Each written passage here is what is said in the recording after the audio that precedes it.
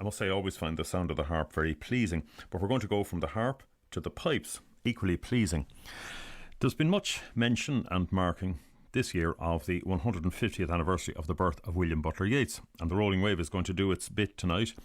Every year, na Pibri Uillinn, which is the organisation of Uillinn Pipers, they organise an annual concert called the Ace and Juice of Piping. Usually takes place in October. It'll be happening this year, and they have always a good lineup, and usually a different farity or a banity to introduce the musicians and the singers on stage.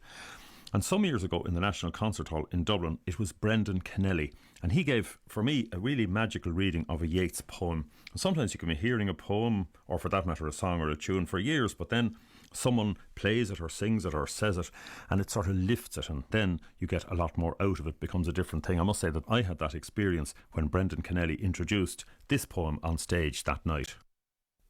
I was asked this evening, ladies and gentlemen, to pick a poem that would somehow express something of the spirit of the evening, and I went around for a few days, and there was a couple of lines from some poem somewhere in my head, and the lines were, "Never was piping so sad, and never was piping so gay," and I couldn't think of where it was from, and I picked up a book of Yeats's poems, and I opened it up, and sure, there it was in The Host of the Air.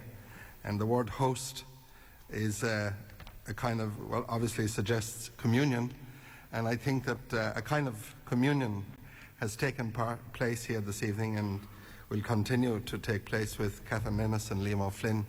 And as I understand this poem, there's a lot of talk in it about bread and wine and young men and old men and Bridget the bride and dreams and gambling and cards and pipers.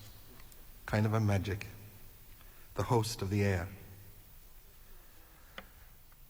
O'Driscoll drove with a song, the wild duck and the drake, from the tall and the tufted reeds of the drear hot lake.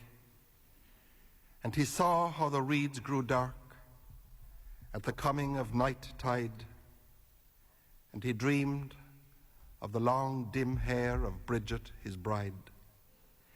He heard while he sang and dreamed a piper piping away, and never was piping so sad, and never was piping so gay.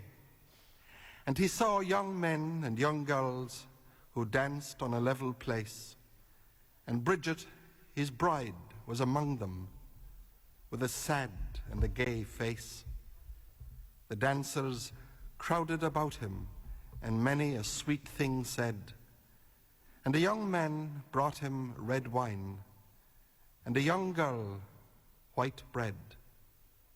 But Bridget drew him by the sleeve, away from the merry bands, to old men playing at cards, with a twinkling of ancient hands.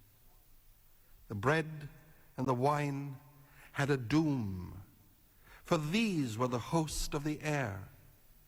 He sat and played in a dream of her long, dim hair.